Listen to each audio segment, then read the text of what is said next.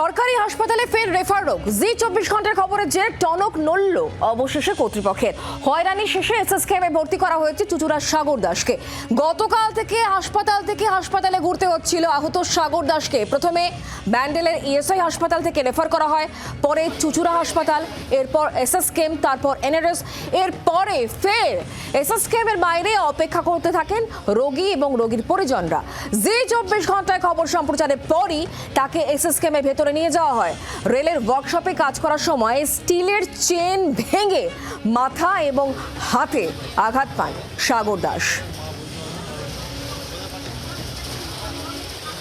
জি 24 ঘন্টার খবরের জেরে অবশেষে ভর্তি নেওয়া হলো সাগর দাসকে।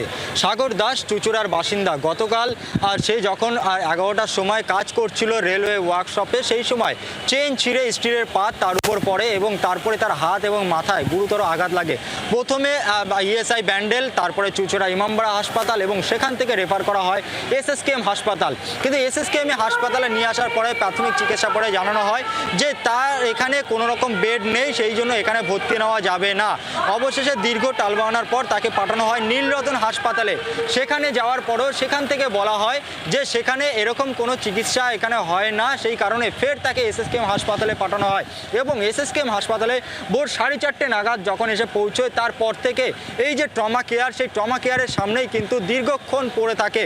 অর্থাৎ তারপরেই যখন জি 24 ঘন্টা খবর পায়, এসে সেই খবর সম্প্রচারিত করে, তার কিছুক্ষণের মধ্যেই ভেতর থেকে তাদের পরিবারকে ডেকে পাঠানো হয় এবং অবশেষে 11:15 নাগাদ কিন্তু এই সাগর দাস তাকে ভর্তি নেওয়া হয়েছে এবং এখন ইতিমধ্যে তার চিকিৎসা শুরু হয়েছে।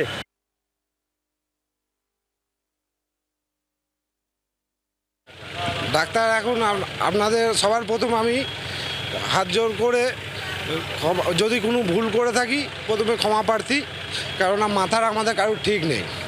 সবার আগে আমি রাজ্যের মুখ্যমন্ত্রীকে অসংখ্য ধন্যবাদ জানাচ্ছি।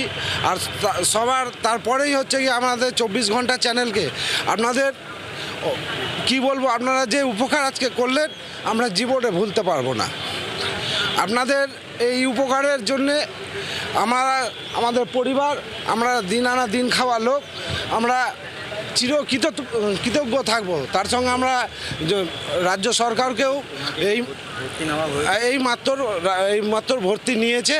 আর আমরা আপনাদের চ্যানেলের মাধ্যমেই বলছি, আমাদের ভাগনাকে যেন আমরা সুস্থ ঠিকভাবে যেন আমরা বাড়ি নিয়ে যেতে পারি।